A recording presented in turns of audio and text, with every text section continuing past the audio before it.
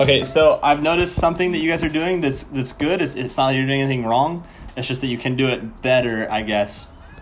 And you can capitalize more on your wins and also make more money by doing so. And it's a really, really simple trick, and I'm going to show you right now. Also, quick announcement.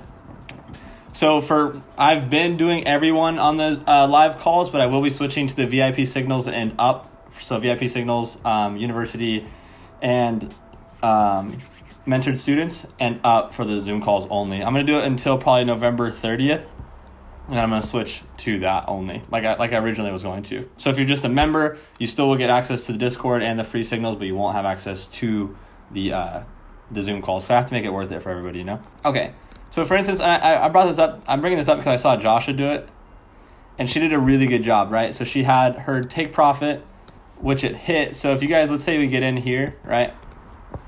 And our initial stop loss was below this low, and then our take profit is here. All right, this will be at that next zone. So that's a solid trade, okay? And our stop loss is down here. So once we're in profit, good to go. We've made our money.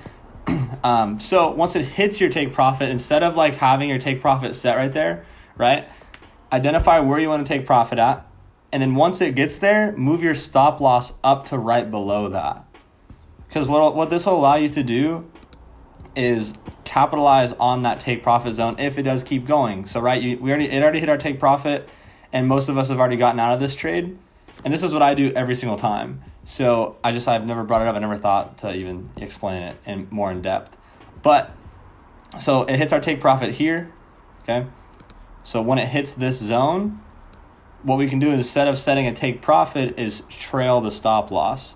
So once it hits this zone, we know we want to take profit there, so we can at least secure that much.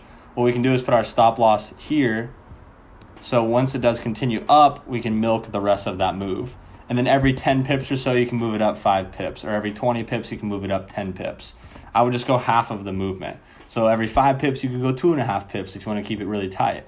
But most likely on that, you're going to get stopped out.